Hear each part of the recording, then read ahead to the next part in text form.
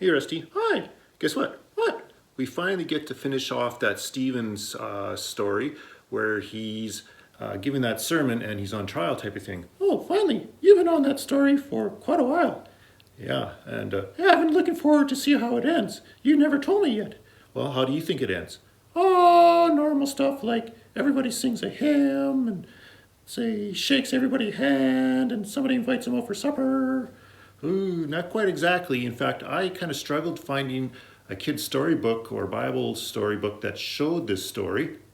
So I'm going to have to draw the pictures and share the story that way. Oh, kind of like Mr. Dressup. Yeah, exactly like Mr. Dressup. So, well, anyway, here we go. Here's the story.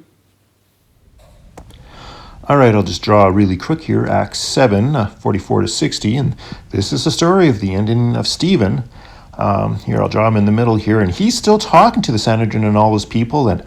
And he's reminding them, he goes, hey, your forefathers didn't do a very good job. And you guys aren't either, type of thing. And you guys rejected Moses, then Joshua. And then Joshua got kicked out of there. And then even Solomon decided, I just thought I put that guy in there. Solomon decided he was going to build a house for God, and God goes, what type of house are you going to build for me, and stuff like that. So they got really angry, and then he goes, you stiff-necked people, don't you understand? And I kind of made their necks red to show how stiff-necked, and they got really angry and threw rocks at Stephen and gnashed their teeth, and yeah, good shot, that guy says. And then there's a guy named Saul there too, and who becomes Paul later, so remember that. But anyway, they kept on throwing rocks and they're stoning Stephen.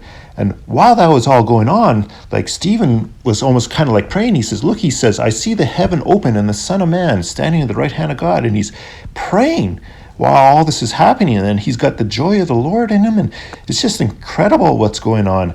And then finally at the end, he says, Lord, don't hold these sins against them. Like, they don't know what they're doing.